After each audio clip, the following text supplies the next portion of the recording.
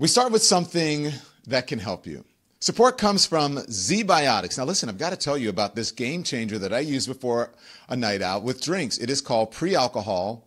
Now this isn't just another morning after, cure. This is science. ZBiotics is the world's first genetically engineered probiotic. It is invented by PhD scientists to tackle those rough mornings after drinking. Here is the deal, okay? When you drink, alcohol turns into a toxic byproduct in your gut. It is that buildup, the buildup of that byproduct. It's not dehydration like everyone thinks it is that makes you feel awful the next day. Pre-alcohol creates an enzyme to break it down. You just make ZBiotics your first drink of the night, and you're going to feel the difference tomorrow. So I tried it before. I had some drinks with friends. It was a friend's dinner party. And the next day, you know what? No fog, no dragging, on top of my game. So fall is here. Football's back. Tailgates, game days, all of it. So before you toast to your team, grab ZBiotics. Go to zbiotics.com/lemon and use the code LEMON for 15% off, backed by a 100% money-back guarantee. That's zbiotics.com/lemon. The code is LEMON. Good morning, everybody. Welcome to the Don Lemon Show. Glad that you're here this morning. I had to talk to you about something that is serious. I don't want to be disrespectful, but you know how I like to tell the truth. So I'm glad that you're here this morning. And this one is particularly important and familiar to me, and because it involves something that I believe is controlling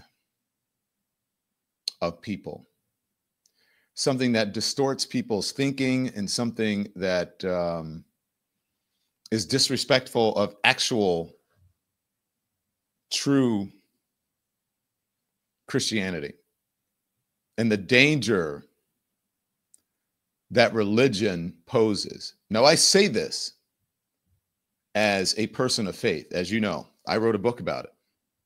I'm not saying that you don't have to go out and buy it. I'm just saying, I'm just showing you this because I know. Just a year ago, was it September? A year ago this month, this book came out. And I warned people about the dangers of Christian nationalism, white nationalism, but Christian, wrapped in Christian nationalism. And that's a real thing. You can want to believe that it's happening or not. That's your business. That's on you, whether you would like to believe what I'm saying or not. But good morning, and we're going to get into it. And I'm going to show you some of the things that happened this past weekend. But this is something that I need to say because I think it's very important, especially for my country and for anyone of faith, regardless of whatever your faith is. Whatever it is, I want to talk to you about sanctified power and what Charlie Kirk's memorial revealed about America. That's what I want to talk about. And I'm going to talk to you, and this is on page 77 of my book. And I went back and I read it, and I was a little bit late this morning with my producers because I've been thinking about this all night, and I was writing, and I said, do I want to do this? Do I want to write it as a Substack? What do I want to do? So let me just tell you, this is the pretext to what I'm about to tell you. True freedom of religion would support democracy, foster mutual understanding, and encourage critical thinking. You guys with me? True advocates of religion, of freedom of religion, would advocate for enlightenment, education, and open-hearted dialogue, respectful conversations among people who disagree without judging or jockeying for power. You see where I'm going? True freedom of religion is possible only if we honor the absolute separation of church and state. Remember I said the impetus of this book that I said on every single time I had to promote it or talk about it was the blurring or the erasing of the line between state and church. And that's what religious nationalists were doing. And many of them white nationalists it's white nationalism wrapped in religious nationalism. We can have freedom of religion or we can have a Christian nation. We can't have both. Evangelicals know this, and it's clear which side of the narthex they're on. Even evangelical zealots preach freedom of religion and practice oppression. They're taking a familiar page from the time-worn authoritarian playbook. It's not about faith, it's about control. Get into people's heads. Are you listening? I hope you're with me. Because if you didn't go to church yesterday, we're about to go. Get into people's heads by way of their hearts. Swaddle the loss of liberty in religious dogma, and then use faith communities to mobilize voters and codify oppression into law. Religion does a great job of teaching people to suspend their disbelief and submit themselves to a higher power. If the higher power were a benevolent God, that would be nice. But in this case, we're talking about ruthless, self-dealing men who use God's name for personal gain, promising salvation and pitching nostalgia for a Christian nation that never existed. Right-wing power mongers conflate religious zeal with patriotism, then conflate patriotism with nationalism. And the effect is powerful enough to break the sacred bonds of the family. With a charismatic wannabe despot as their front man, they sample the Bible and the Constitution the way Ice Cube samples the Isley Brothers in It Was a Good Day. You hear it in there, that unmistakable riff from Footsteps in the Dark, but it is a whole new jam. That's how you persuade people to vote against their own interests in extreme, self-sabotaging ways. That's how you get decent, intelligent people to vote against their right to health care, their family's economic well-being, and their sexually diverse children's right to exist. I know how that feels. I know what it's like to need God so desperately you're willing to listen to anyone who seems qualified to connect you to him.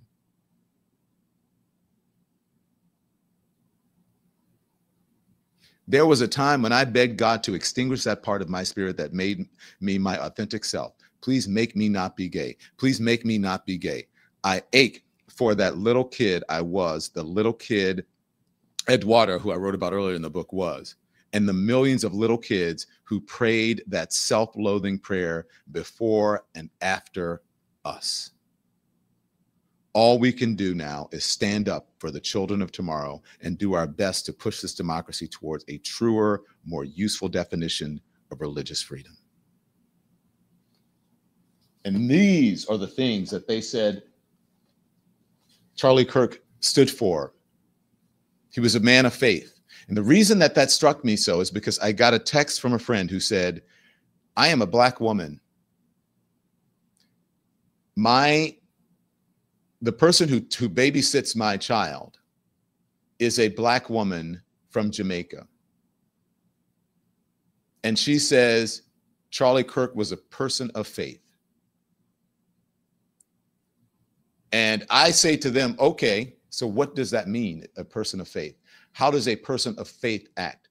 How does a person who really believes in what God and the scriptures say, the true meaning of it, not the distorted meaning, how would they treat the least of these? So what I say now is that what happened in Arizona this weekend was not just a memorial, it was something else entirely. People will tell you that it is about grief. It was about grief, about honoring a man's life, about faith. And on the surface, you know, maybe it looked like that. Tens of thousands gathered. The music swelled. I'm sure some of you saw it. I just saw some of the sound bites. There were prayers and tears and moments of silence. But if you stayed long enough for the little bit that I could stay, and then I said, you know what, I'm out. If you listen long enough and close enough, if you stayed long enough and you listen close enough, you could feel the ground shifting beneath you, because that wasn't just about a man who died. This was about a movement claiming divine permission to rule. Can I get a witness? And all of the sound bites and the words used will reveal to you exactly what I said. It was a revival meeting wrapped in a memorial. I'm from the South, Southern Baptist, went to Catholic school. You know what a revival meeting is, right? That is the holiest of holy rollers having a revival. Let the church say amen. It was a revival meeting wrapped in a memorial, a political rally dressed as church. And by the end of the night, it was clear this was not only about Charlie Kirk's death. It was about his afterlife in politics. Donald Trump stood on the stage like a man at the center of a prophecy. He called Charlie Kirk a martyr. Other politicians promised to carry out his mission. The crowd cheered as if the passing of the man had lit some sort of sacred fire. To me, this was not mourning. This was a mobilization. And here is where we have to tell the truth here. What we saw in that arena was not simply faith finding public expression. It was religious nationalism on full display. That is the truth. That is my truth. This is my freedom of expression. This is my First Amendment right to be able to tell you the truth from my point of view. Not just from my point of view. This is what it is. The language was unmistakable. Take the nation back for God. Restore America's covenant. This is a holy calling. That's what it sounded like. This is not the language of democracy. This is the language of domination. Because I feel many people, when I wrote this book, said, I had no idea that you were a person of faith, that you had such strong belief in the Almighty. And I say, because faith is a private matter. It comforts, it convicts, it calls us to humility. But when faith fuses with power, it begins to ask for something else. It asks for obedience. It divides the country into the saved and the damned, the chosen and the condemned. It turns opponents into enemies of God. And when politicians wrap themselves in scripture, they are not calling us to virtue. They are demanding submission. That is why this matters. It matters to me. That's why it should matter to you and to everyone. You have to see beneath, you have to see beyond the illusion. You have to remove the filter of ideology from your eyes and your spirit. That's why this matters, because the moment religion becomes a tool of politics, dissent starts to sound like blasphemy. That is the point. You cannot go against me. This is blasphemous. You cannot say the truth about and use someone's own words because this is blasphemy. Now, not everyone in that arena would call themselves white nationalists. Most wouldn't. But history teaches us to listen carefully when leaders start talking about taking the country back, about restoring a covenant, about returning to some imagined moral order. I'm going to show you the proof, but I'm going to have my piece first. Because this is not a new story, but just on this level. This is a new level of the same story, because this story has been told before. An America ordained by God, a people under siege, a hero struck down by outsiders. In this particular world, we are not all one human altogether. The person who doesn't carry your ideology or belief is made to be an outsider. That story built Jim Crow. It baptized segregation. It told generations of Black Americans that freedom, faith, and democracy belong to someone else first. And in order to have yours, you got to humble yourself. You got to pray. You've got to follow orders. You have to go along with the man and the system. Don't move too fast. Don't offend. Don't be too black.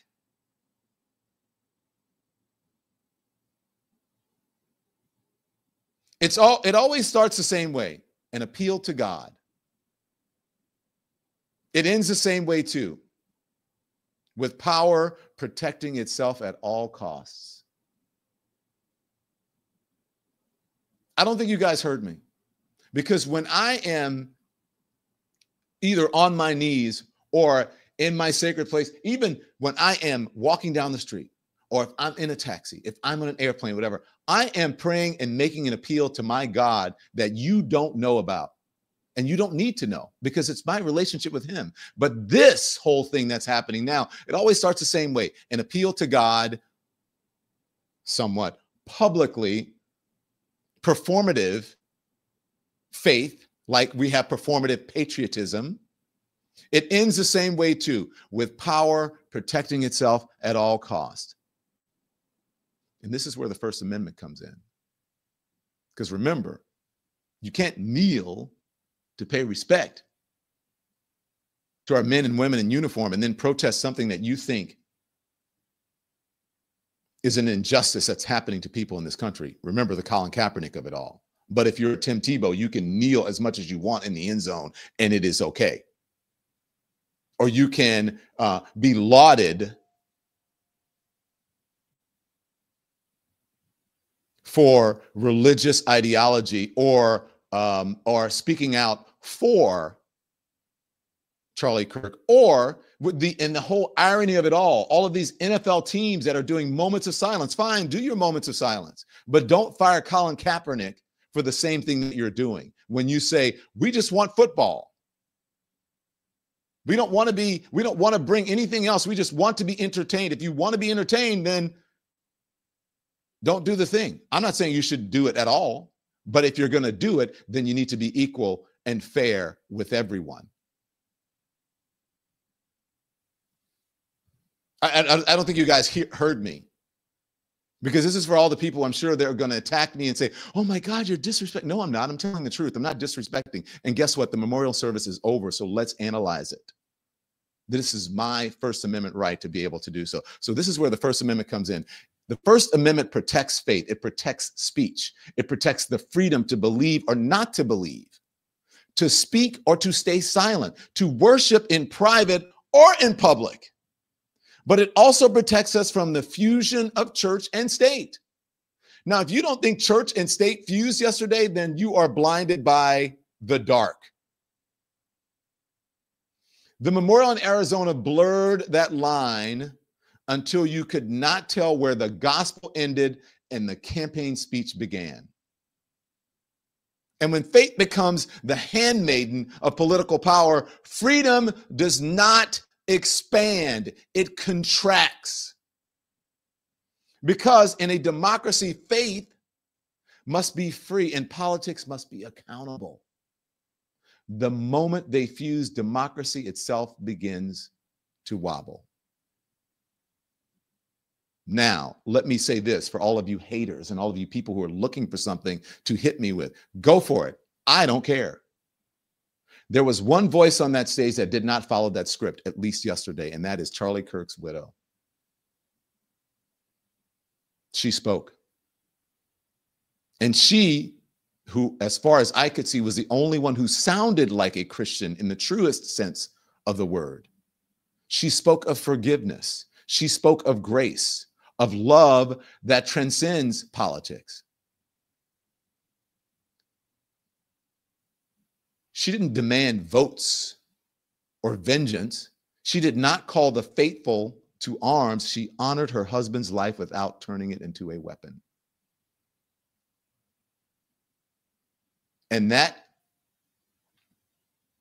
moment deserves respect because it was the only moment of humility on a night otherwise filled with ambition. She didn't do it at a memorial service honoring her late husband. We'll see what happens in the future.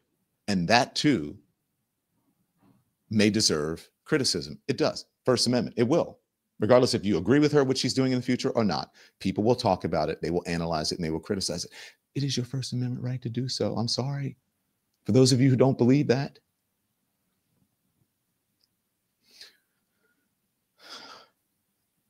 That was her, but the rest of the evening was like a MAGA rally. It was a political rally, a call to arms dressed up as a call to prayer.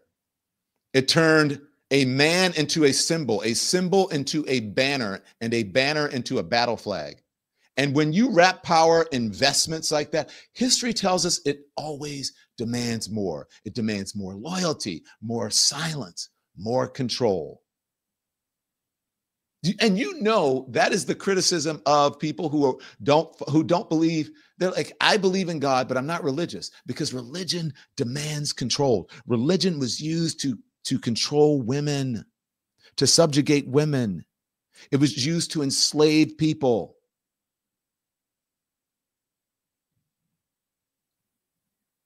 A tainted interpretation of scriptures used to do that, and they twist them into anything that they want, and they're doing it right now. It does not invite questions.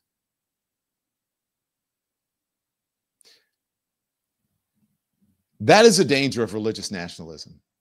It does not share power. It sanctifies power. Doesn't invite questions. It treats them as heresy. You can't question it. That's heresy. Blasphemy. You heathen, you non-believer. How dare you not believe in my ideology? If you don't believe in my ideology, then you don't believe in God. You're not a true Christian. You're not a true American. Control. And when you layer race into that story, and that as it is almost always is layered there, you begin to see the outlines of something even older, even more familiar. You know what I'm talking about. Faith should comfort the mourning. It should call the power to humility. It should speak truth to power. It should not sanctify it.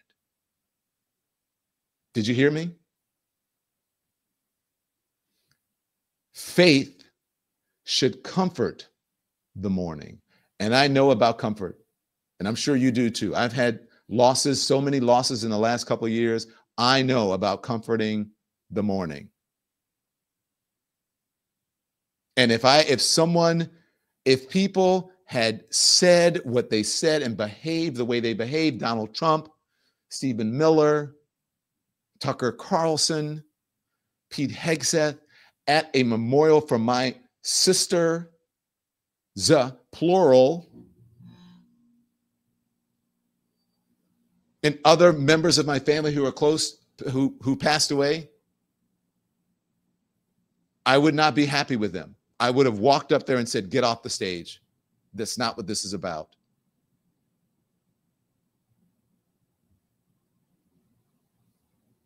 It should call the powerful to humility. It should speak truth to power, not sanctify it. What we saw in Arizona did exactly the opposite of that. It wrapped political ambition in sacred language. It baptized a campaign in grief. It told millions of Americans that loyalty to God and loyalty to one political leader were the same thing. And don't pretend you didn't see it. And don't pretend it wasn't on purpose. Because the truth of the matter is that as awful, as untimely, as unnecessary and unwarranted that Charlie Kirk's death was, for the most part, most people had no idea of who he was. And when they found out what he said, they had a lot of questions about why some on the right or in the MAGA movement were trying to sanctify or deify him. Was it real? Or was it a grift? Are they death grifting on a man's untimely, unfortunate death? Now, I know what I think. I know what I hear and see when I hear them on television, when I heard or saw them at the memorial. I know what I thought. Wait, is this about Charlie Kirk or is this about policy? Is this about Charlie Kirk or is it about your big ballroom? Is this about Charlie Kirk or it's about the big beautiful bill? Is this about Charlie Kirk or is it about black people? Is this about Charlie Kirk or is it about women, subjugating women? Is this about Charlie Kirk or is it about demonizing gay people and transgender people? So what is this about, actually? Don't demonize someone who is doing a constructive criticism or who is using their free speech. Don't demonize them to make excuses for your own grifting. Because the people who are actually speaking out and saying, this is what I feel about Charlie Kirk, this is what he said, actually, they're doing him a service. They are actually honoring him in the way that he would want. Because that's why he stood, that's what he said, in front of all those college kids, in front of everyone, and he let them ask him all the questions that they wanted to and criticize them as much as they wanted to, and then he responded in kind. But you are trying to stop that. What's that all about? What is the best way for me to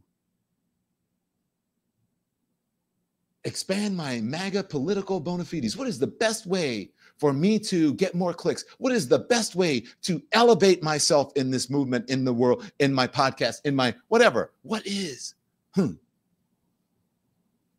if that offends you, then check yourself. If it doesn't, then you know what I'm talking about.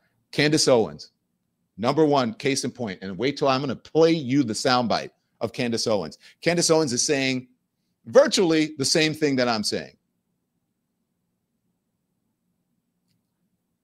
I see you. I see what you're doing. And in order to quail the criticism of what you're doing, you are demonizing me and saying that I'm being disrespectful when you are the one who is showing the ultimate disrespect or non-respect.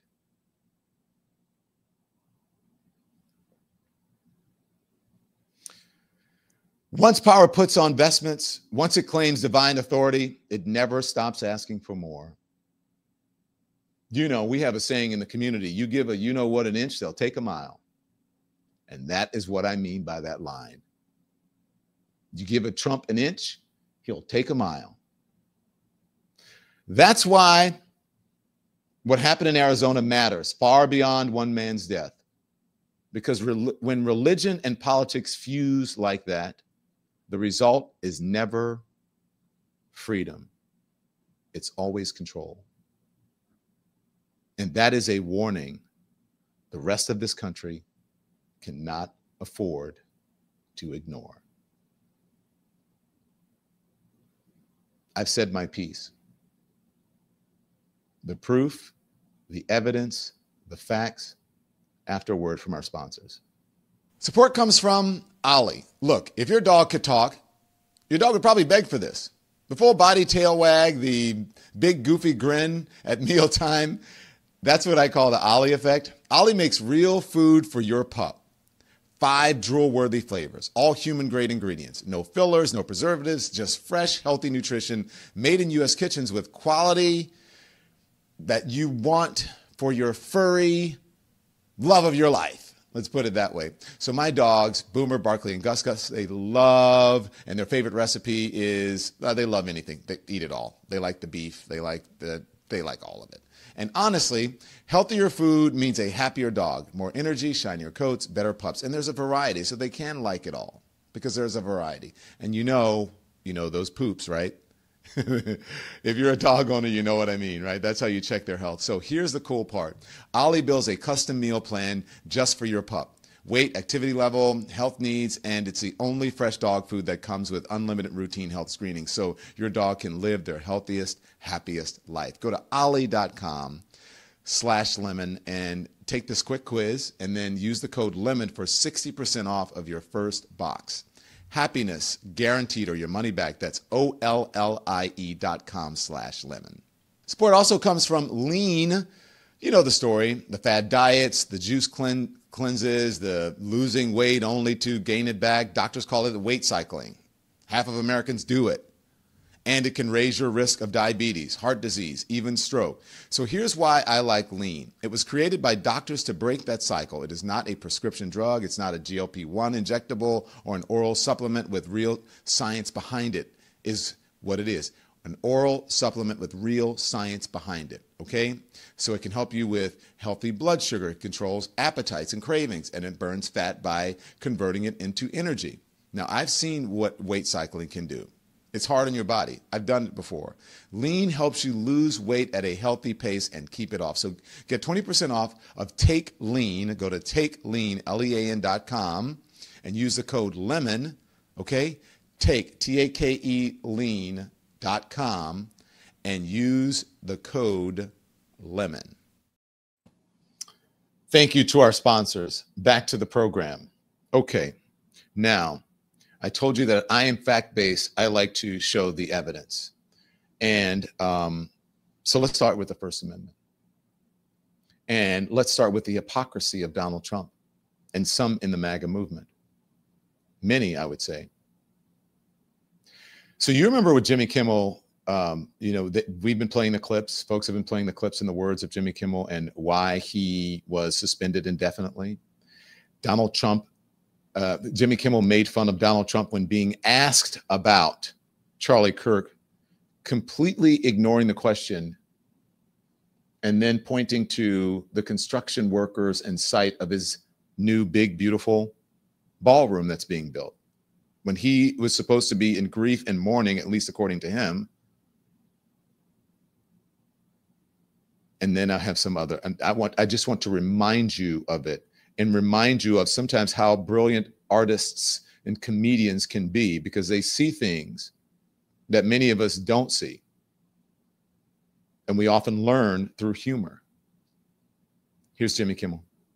We hit some new lows over the weekend with the MAGA gang desperately trying to characterize this kid who murdered Charlie Kirk as anything other than one of them and doing everything they can to score political points from it. In between the finger pointing, there was grieving. On Friday, the White House flew the flags at half staff, which got some criticism. But on a human level, you can see how hard the president is taking this. My condolences on the loss of your friend Charlie Kirk. May I ask, sir, personally, how are you holding up over the last day and a half, sir? I think very good. And by the way, right there, you see all the trucks? They've just started construction of the new ballroom for the White House, which is something they've been trying to get, as you know, for about 150 years. And it's going to be a beauty. Yes.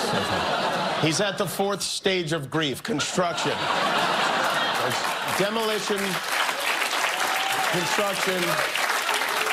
This is not how an adult grieves the murder of someone he called a friend. This is how a 4-year-old mourns a goldfish.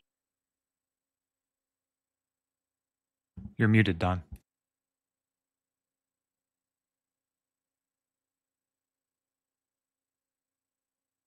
How did I get muted? Anyways, that was well before the memorial service. Well before the memorial service. When Jimmy Kimmel tried to tell the world, like, hey, is this weird? Is this odd that he's being asked about someone that he is supposedly in such grief about? As he said, he was a friend and I talked to him and they became, and then someone asks you about it and you point to this.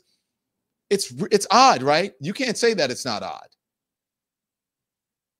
When I face a loss like that, like my sister, people would say, "I'm so sorry for your loss." I would say, "Thank you very much. I really appreciate it." You know, she was a great young lady, and you know, I would just say nice things about when my sister died. She was always in the chat. She was my #1 supporter. I'm gonna miss her so much, which is the truth. Can you imagine if someone said, "Don, how are you feeling? I'm so sorry about your sister's death."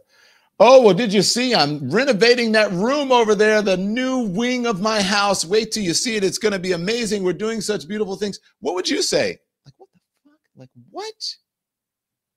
This Negro is out of his mind. Like, what the hell? Now, this moment at the memorial service, he is supposed to be honoring, memorializing his dead friend and instead, tariffs. Just like Charlie and Erica made Turning Point hot, we are looking at a country that has the chance to attain a level like never before. Tariffs are making us rich again, richer than anybody ever thought was possible. And the only one challenging them are people that hate our country or foreign countries that are paying a price, because they did the same thing to us for years. They took advantage of us, but we're making money. We're becoming richer and richer. And we're taking care of our people better and better when we do that. And we can take care of other countries better and better. But we're doing unbelievably well. The tariffs have really been a hold. The election was big, but the tariffs, because of the election, came in. And remember, other nations do that to us. And Charlie understood that. He saw the money. He saw what was coming into our country, and we can use that for Medicare, Medicaid, Social Security, all of these things that we fight so hard for. And that's exactly what's happening. The numbers are incredible. When the new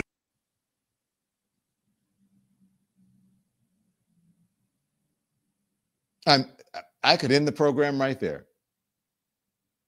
Can you imagine?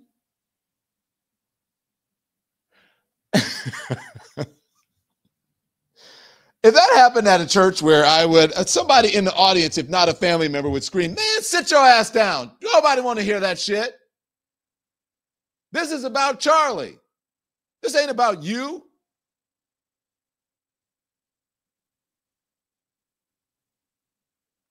Maybe some people in that crowd, but they were cheering. When I saw that, I was stunned.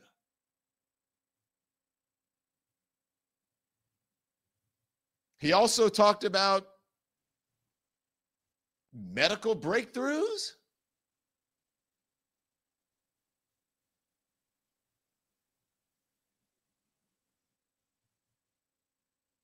The autism soundbite, Andy. And tomorrow we're going to have one of the biggest announcements, really medically, I think, in the history of our country. We're going to be doing it with Bobby and Oz and all of the professionals. I think you're going to find it to be amazing. I think we found an answer to autism. How about that? Autism. Tomorrow we're going to be talking in the Oval Office in the White House about autism, how it happens, so we won't let it happen anymore, and how to get at least somewhat better when you have it, so that parents can help their child, their beautiful child. That's a big one. I've been bugging everybody over there, get the answer to that. You know, don't try to pretend that shit is not weird. That's some weird shit right there. That could have waited until after, hey, we have a big announcement tomorrow in a press release or a true social.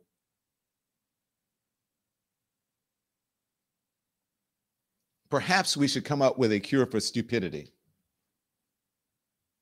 I hope there is a big breakthrough with autism. But for me, if that was my family member's memorial service or mine, ixnay on that. That can wait. And the announcement is not even until tomorrow. Damn. And this is by far, I believe, the most egregious. Remember what I said about Erica Kirk? As a matter of fact, let me play Erica Kirk, and then I'm going to play Donald Trump. Erica Kirk saying that she forgives the young man. That young man.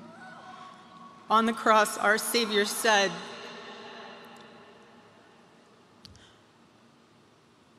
"Father, forgive them, for they not know what they do." That man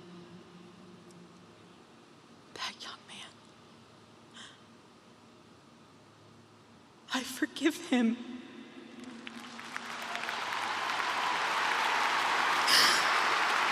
So that was that moment. Now I see some of you in the comments saying she's acting. Look, I don't know. She's a grieving widow, so I'm not going there.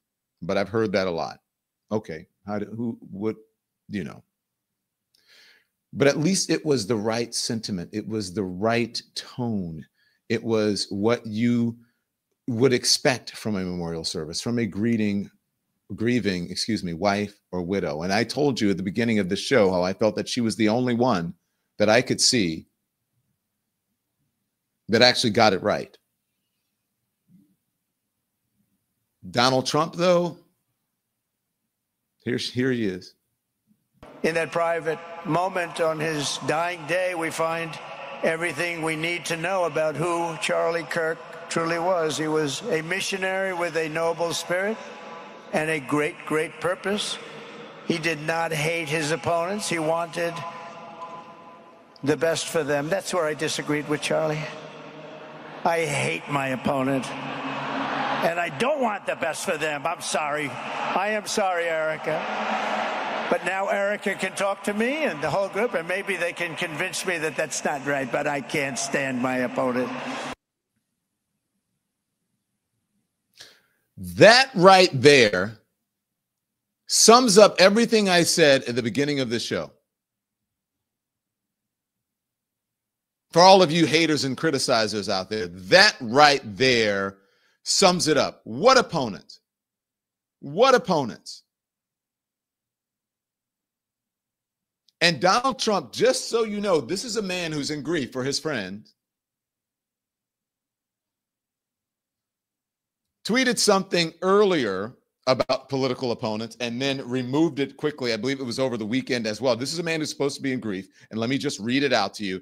Pam, I have reviewed over 30 statements and posts saying that essentially same old story as last time. All talk, no action, nothing is being done. What about Comey, Adam, Shifty Ship, Letitia? They're all guilty as hell, but nothing is going to be done.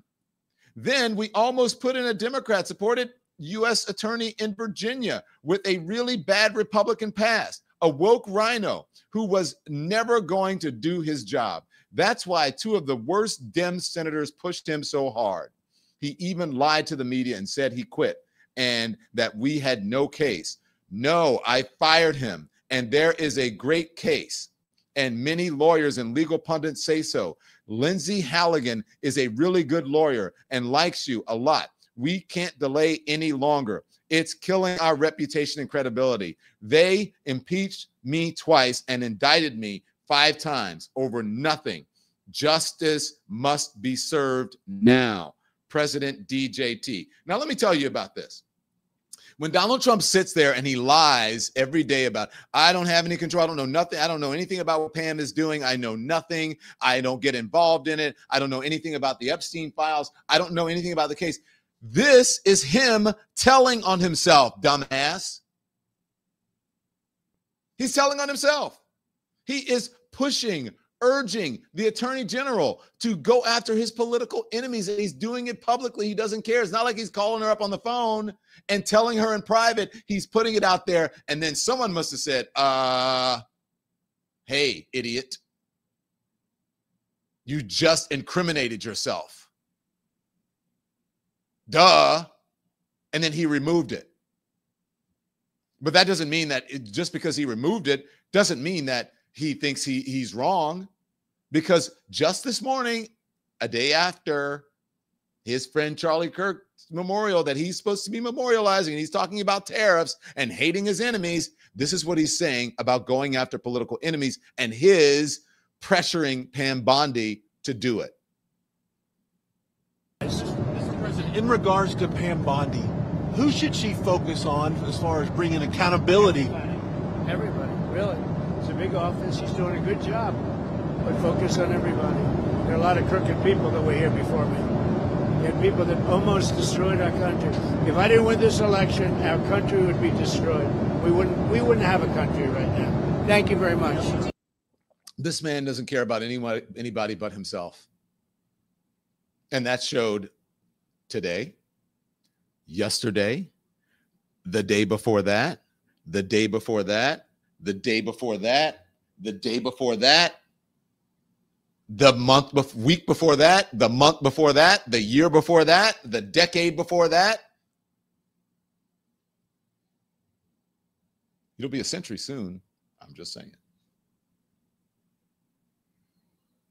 He doesn't care about anybody but himself. And wait, there's more.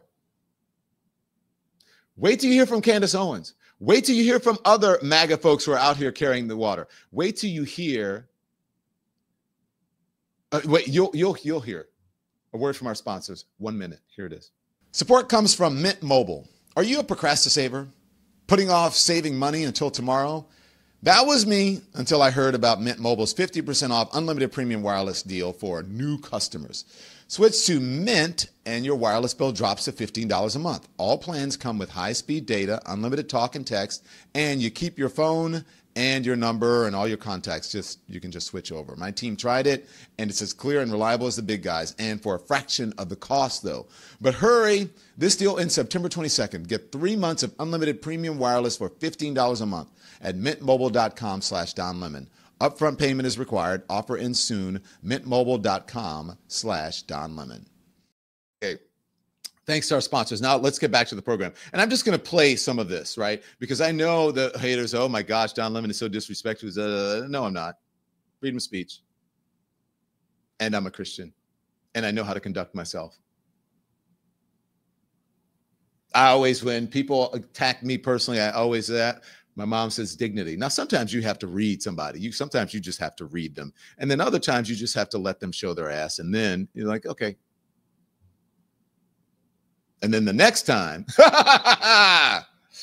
okay. So I want to take you to, let me play Candace Owens, because Candace Owens is, I don't always agree with Candace Owens. We have our issues or whatever, but she'll come on, she'll talk. She'll do an interview. But Candace Owens is really out here telling the truth about the death grifting of some certain MAGA people on Charlie Kirk, and about how dangerous it is that this administration is trying to destroy, abolish, get rid of the First Amendment. Here's Candace. Pam Bondi, who is a complete loser and a tool, is trying to use the assassination of Charlie Kirk to lay the groundwork for hate speech laws in America. The very thing that Charlie was fighting against. They all just got right to work trying to pass laws. Well, Charlie Kirk is actually, now we got hate speech is something. Exactly what he's messaging me about that he doesn't want to happen. They're trying to use his death to justify. Listen to what Pam Bondi said to Katie Miller on her podcast. Take a listen. There's free speech and then there's hate speech. No. And there is no place, especially now, especially after what happened to Charlie, in our society. Do you see more law enforcement going after these groups who are using hate speech and putting cuffs on people so we show them that some action is better than no action? We will absolutely target you, go after you, if you are targeting anyone with hate speech, anything. And that's across the aisle. So to be clear, that's the feds telling you that they want to pass speech laws, which will basically just give them the full power to go after you for wrongthink, okay? And they're doing it in the most disturbing way ever by going after Charlie Kirk's legacy and using his assassination to say, oh, well, now we've got to get hate speech done. Yeah. She's making the point that I made. Now, listen, I agree with you. Candace Owens is a grifter. We know that. Y'all know I know who Candace Owens is. I know who Candace Owens is. Come on now. I know who Candace Owens is. But Candace Owens was a friend of Charlie Kirk. She was actually a part of Turning Point USA. I believe she was there with him. She may be some sort of, legacy founding member or something like that. She was actually friends with him. Was she at the funeral? I mean, at the memorial? I don't think so. I don't believe that she was. I don't think she was invited. Maybe it's because she's out here sometimes speaking the truth. Still grifting, but sometimes speaking the truth. And who is she talking about beyond Pam Bondi? Ladies and gentlemen, Stephen Miller.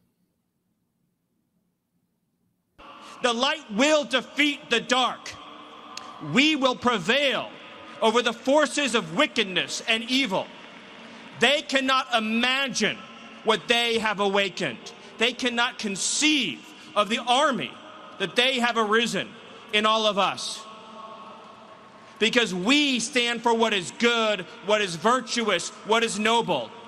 And to those trying to incite violence against us, those trying to foment hatred against us, what do you have? You have nothing. You are nothing. You are wickedness, you are jealousy, you are envy, you are hatred. You are nothing. You can build nothing. You can produce nothing. You can create nothing. We are the ones who build. We are the ones who create. We are the ones who lift up humanity. Perhaps, I don't know who the we are, and I don't know what he's talking about, but perhaps someone should give him a history book so he can really find out who created and built America. I'm just, maybe he doesn't have. Oh, is it because they're maybe it's because they're getting rid of the Black history books, or because they don't want people to feel bad about themselves. Maybe he doesn't know because of that. But didn't he go to school? I mean, he's older, so he should know. Maybe he ignored that, or he just doesn't. I don't know.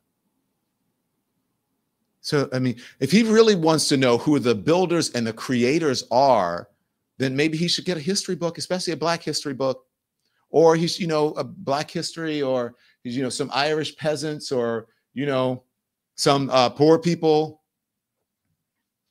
who actually did it for free, who were the actual builders and creators of this country. So I have no idea who what Stephen Miller is talking about. I also don't look here. Pete Hegseth. What is Pete Hegseth talking about here? I am confused. But all of this it becomes about politics mixed with religion, which was the point at the beginning of this. Here's Pete Hegseth. This is not a political war. It's not even a cultural war. It's a spiritual war. Oh, faith and family first. There is a God, and as Charlie would say, it is not us. We're sinners saved only by grace, in need of the gospel. You see, we always did need less government, but what Charlie understood and infused into his movement is we also needed a lot more God. Charlie had big plans, but God had even bigger plans. So thank you. It is the mixture, as I said, of God and politics, which was core to what I conveyed to you moments ago at the beginning of this show, the blurring or erasing of the lines between politics or government and religion. And if you don't believe in my ideology, then what? If you don't believe in my ideology, then you are not a true Christian. You're not a true American. You're not a true patriot. And nothing could be further from the truth. That's why we have the First Amendment. That's why they're trying to get rid of the First Amendment. And you remember, anybody who's out there, anybody out there can tell me the first commandment. What is the first commandment? What's the first commandment? The first commandment warns us about deities and sanctifying people and turning them into gods. You shall have no other gods before me.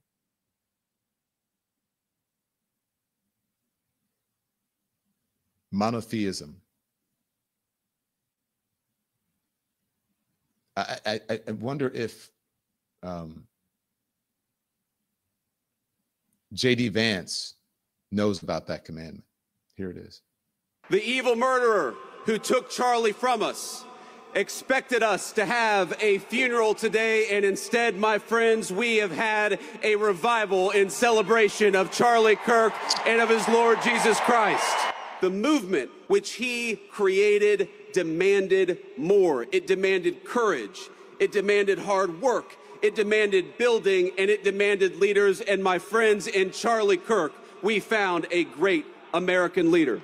My friends, for Charlie, we must remember that he is a hero to the United States of America, and he is a martyr for the Christian faith. May our Heavenly Father give us the courage to live as Charlie lived. That is what we must do for Charlie. You ran a good race, my friend. I love you. We've got it from here. Thank you. A martyr and a political leader. Christian nationalism all wrapped into one. Christian nationalism all wrapped up in an American flag with a Bible. Is that the America that was founded on religious freedom? The freedom of expression? The separation of church and state? Is that what this is? No one, does anyone care about nuance anymore? Does anyone care about hypocrisy anymore? What a hypocrite Donald Trump is, what a hypocrite many in the MAGA movement are. Almost all the folks in the MAGA movement have hypocritical stances on things because they have different rules for Donald Trump and their leaders than they have for other people. Somehow they don't hear or see what Donald Trump says. Case in point, here's Markwayne Mullen talking about Charlie Kirk and politics. And look, free speech. Has he been such a bad president? Absolutely, I believe in free speech. Without a question, I believe in free speech. There's a thin line between free speech and when it crosses a line and causes violence. And when you start calling someone fascist, which is what we've seen prescribed on the bullets and on the magazines of these individuals, when you start using words of that he's a Nazi and comparing him to Hitler, and I'm not saying you've done that, I'm saying this is the negative stories that have been played about him. There is a problem at some point, and some people have to be held accountable. But free speech is free speech. Hateful speech is also free speech. But when it leads to violence, now that's a crossover, and people should be held accountable for that. Homina, homina, homina, homina. Homina, homina, homina. Perhaps when he says you shouldn't be called fascist and people shouldn't be calling people out of their names or whatever. Markwayne Mullen, have you ever met Donald Trump? Let's introduce you to him. Here he is. The divide in American politics today is between these far-left fascists led by Harris and her group.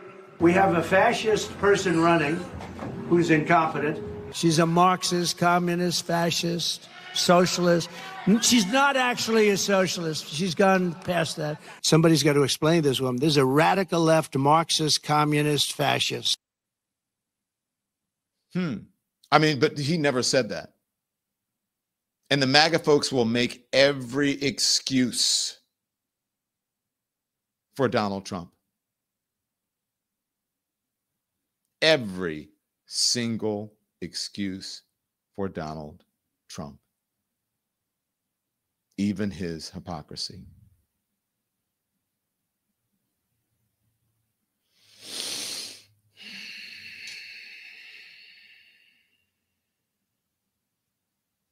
I know some of you have been wanting to hear this and wanting somebody to say it.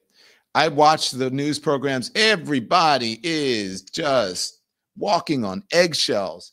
How can we do this without getting fired? How can we tell the truth about this and do both sides? How can we, what do we do? I mean, we have to be respectful. Okay. One side is not so respectful. Now, I want to know what you think about this conversation, because this is David Axelrod, my former colleague, on CNN talking about the memorial service and whether Charlie Kirk was a racist or not. You tell me if you understand what he's saying. Play it. David? Yeah, well, look, first of all, let's just say a couple of things. One is Charlie Kirk's assassination was a tragedy for his family. It was a tragedy for his friends and supporters, many of whom are pouring into Phoenix right now, Glendale right now. And it was a tragedy for the country because it was an assault on free speech and the ability to express oneself in the public square that is so fundamental to our country, and that's what Charlie Kirk was doing. It is not, whether you call something racist or not, that's a discussion. Charlie Kirk said things that were offensive to black people. That doesn't, I don't want to sully this day of mourning by getting deeply into that debate, but that's just a fact, and we can go through some of them here. I don't really want to go through that exercise, but I don't also want this to be the occasion for continued division, continued hate, continued violence. Okay. Whether or not he's a racist, I don't know. Do you guys know what David was saying there? Because I don't want to take him out of context. I had no idea what he's talking about when he said what he said some things that were offensive, but whether he's a racist, did he say he's not a racist just because he said some things that were offensive to black people or what? There is no question. There's no question. If you say racist things, what does that make you? And not like someone can say something racist and not, if they do, it's a one-off, or you where they don't, where it's unconscious bias, or they don't know, and then you correct them, they go, "Oh my God, I'm sorry, I didn't realize that." But when you continually repeat something over and over and over and over again, what does that make you? If you say racist things, that makes you a racist. If you say shit like this, Charlie Kirk. When I get on an airplane, I want my pilot to be like, "Hi, this is Chad." Maybe like a little bit of a Southern accent. Chad Buckworth here. No, Chad. Exactly. This is my 31,000th hour. I'm kind of bored, honestly. Yeah, I could do this in my sleep. But exactly. I want just like cookie cutter, like. Pilot. Yeah, this is so easy to me. I don't want LaQuisha James. They have that like pilot voice, and she's just like, "Hi, ladies and gentlemen. Pray for me." And the truth is it's just this is a creation that the left wanted, because and they think you can't say anything about it because they'll call you a racist. And this is where we really have to take the gloves off and say your name calling will not get in the way of people's safety at 35,000 They're like, feet. It's offensive. That is some racist shit right there. That is some racist shit. There's no question. There's no both sides like, well, he just said, and he's a civil rights leader for saying that. That is to say that you are praying that your pilot isn't black and you don't want LaQuisha, whatever you said. What kind of shit is that? That's racist. And just because you say, well, if you say it, they're going to call you racist. And well, yeah, they are, because you are. What you said is racist. And you've said enough things about racism. And I'm tired of people trying to change what he said about black women and say, oh, it's out of context. No, it's not out of context. Go back and listen. He has the context wrong. When he talks about, first of all, in that soundbite, if you have it quickly, let me know. If not, don't worry about it. But in the soundbite where he talks about black women and their lack of brain processing power, and he is conflating diversity, equity, and inclusion with affirmative action, and those are different things and at different times. What those women were talking about, they were talking about being a qualified woman, black woman, who through affirmative action was offered or given an opportunity that would not have been given to her because of racism, if not for affirmative action. This is not about putting someone in a position who is unqualified. This is about putting someone in what? Giving someone an opportunity to be able to excel. When you guys, if you guys work in corporate America, don't try to pretend you don't know. Let's start with the people who get the opportunities from the very beginning. Friend of the boss, Ivy League, whatever. My daughter is dating your son. They need an internship. Okay, start them off in the mailroom. It's always some sort of nepotism. That is usually what? From the people who are running the companies. And who's running the companies? And people hire people who look like them. People who are like them, usually. So that's what they were talking about. This wasn't some diversity, equity, and inclusion. For him to even have that thought about it is what? Racist. This is what he said. Watch. Joy Reid and Michelle Obama and Sheila Jackson Lee and Ketanji Brown Jackson were affirmative action picks, we would have been called the racist. But now they're coming out and they're saying it for us. They're coming out and they're saying, I'm only here because of affirmative action. Yeah, we know. You do not have the brain processing power to otherwise be taken really seriously. You had to go steal a white person's slot to go be taken somewhat seriously. Play cut 52. But I rise today as a clear recipient of affirmative action, and particularly in higher education. I may have been admitted on affirmative action, both in terms of being a woman and a woman of color, but I can declare that I did not graduate on affirmative action. This is my personal story. I hear because of action affirmative. She can't even say that. We know. It's very obvious to us that you were not smart enough to be able to get in on your own. I couldn't make it on my own, so I needed to take opportunities from someone more deserving. You know, this is how arrogant Joy Reid and Ketanji Brown Jackson and Michelle Obama and Sheila Jackson Lee are. They're so narcissistic, they think this is persuasive. They think we're like, oh, of course. That's why we need affirmative action, because you have impressed us with your brilliance. Of course. Oh no, imagine the world without Joy Reid. Imagine the world without Sheila Jackson Lee or Michelle Obama or Ketanji Brown Jackson. They think this is persuasive.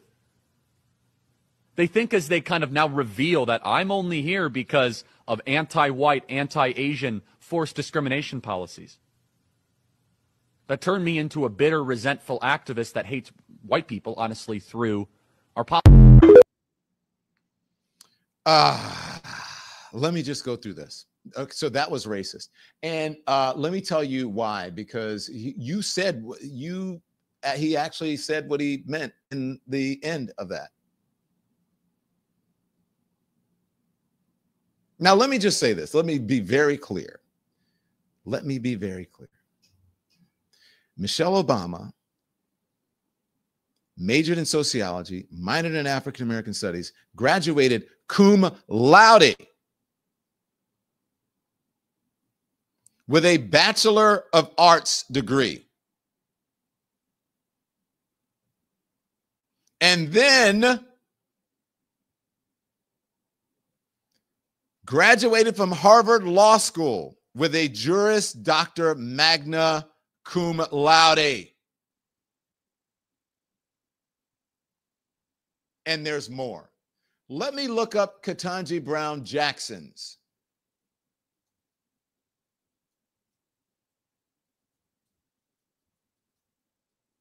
Go with me here. Let me look up Ketanji Brown Jackson's degree. A Juris Doctorate from Harvard Law School. A Bachelor of Arts in Government from Harvard University. Let's look up Joy Reid.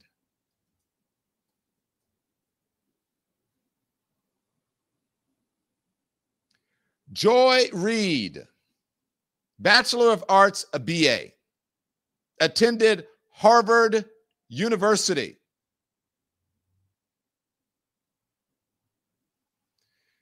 Bachelor of Arts degree in Visual and Environmental Studies with a concentration in documentary film from Harvard University, graduating in 1991.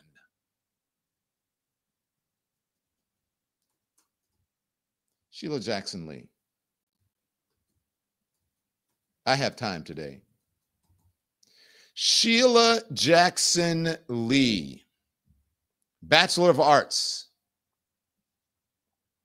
in Political Science. God rest her soul. From Yale University in 1972. She was part of Yale's first co-ed undergraduate class, a Juris Doctorate from the University of Virginia School of Law. She received in 1975. Don't fucking tell me that these women don't have brain processing power and they were diversity, equity, and inclusion hires, or that they were somehow affirmative action hires. Let me look up Charlie Kirk.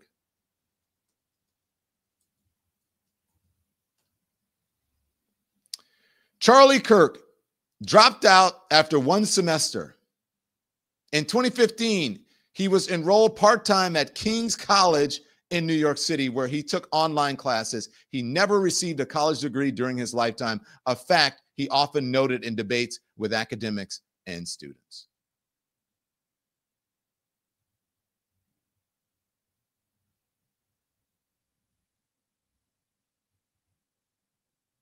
But that's not racist.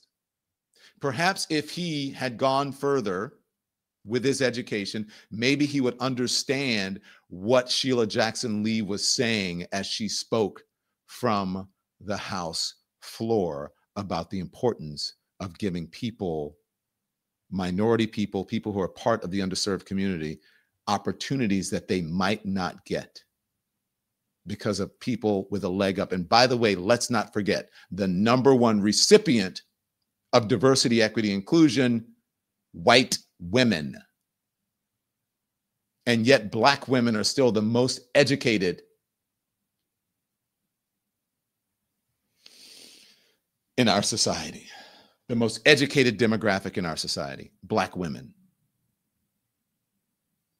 So don't give me that bullshit about brain processing power and that just because you play someone's own words and you analyze their own words, that somehow you're being disrespectful. I'm not being disrespectful. I'm just telling you who you are. That's what you said. So let's stop it now. The memorial service is over. And so people, you have a First Amendment. Speak your mind of how you feel about Charlie Kirk, and speak your mind about how you feel about this administration, because and MAGA, because there are people in the MAGA movement, thank you very much, Candace Owens, who are using or have used or are using Charlie Kirk's death for their own political and professional expedience.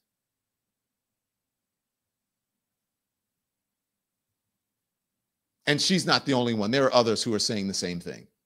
So don't be afraid, America, to speak your truth. You have a First Amendment right under the Constitution. And especially, let me be clear, especially you, Black people, you have the right, because of your and our unique relationship with this country, more unique than anybody else.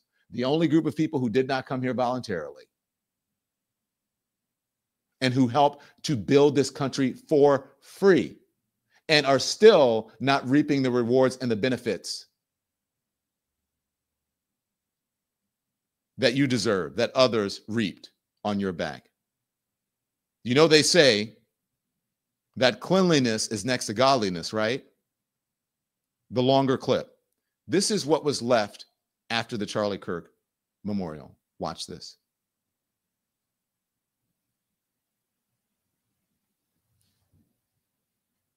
This, look at that.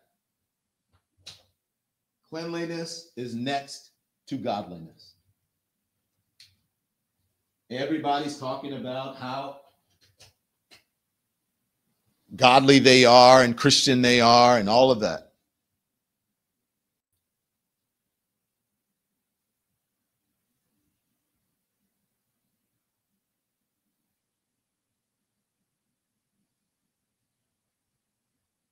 I'm just saying. And what I will say, everyone, don't be afraid. Don't let them make you afraid. You have a First Amendment right to be able to speak your piece. Don't let people try to hinder you. Be fearless. Be willing to stand up for something, to sacrifice something. Be in community. Be together. Stand in unison. And if anything, Democrats, take a note from what you saw this weekend. I don't have to go through with all of it. I just take note of what you saw this weekend about people who understand, whether you agree with it or not, of how to build power, whether you like it or not. They took someone who was a divisive figure, didn't cancel him, they elevated him. And they made him a part of their movement. Democrats, learn something from this. Do something in this moment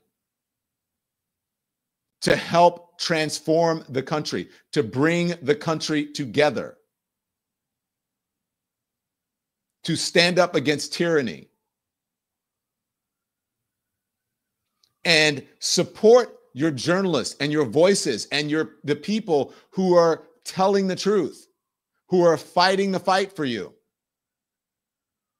Because at this point, the only thing standing between us and democracy is a weak Democratic Party. If you want to know anything about the Don Lemon Show, go to donlemon.com. Several of you have asked about this. You can get it in our merch store. It's all there. Everything you need to know about the show is donlemon.com. And look, I'm telling you, you can click on anything there and it'll tell you, subscribe, become a member, support independent journalism, independent journalists, independent media. Because I didn't have to sit here today and say, well, you know, just because Charlie Kirk said something racist, it doesn't mean, I don't have to do that. Well, you can't, I need to be respectful. Yeah, I'm respectful.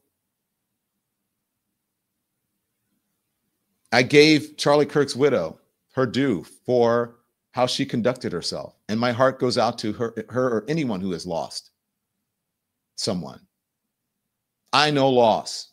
I'm still dealing with loss. My entire family is. So I'm not going to sit here and shit on his widow because it's just not appropriate. But for someone who said they're a free speech absolutist and they believe in free speech and the First Amendment and there is no hate speech and the only way to counter hate speech or whatever is more speech. That's what I'm doing right now. So if anything, wouldn't I be honoring Charlie Kirk?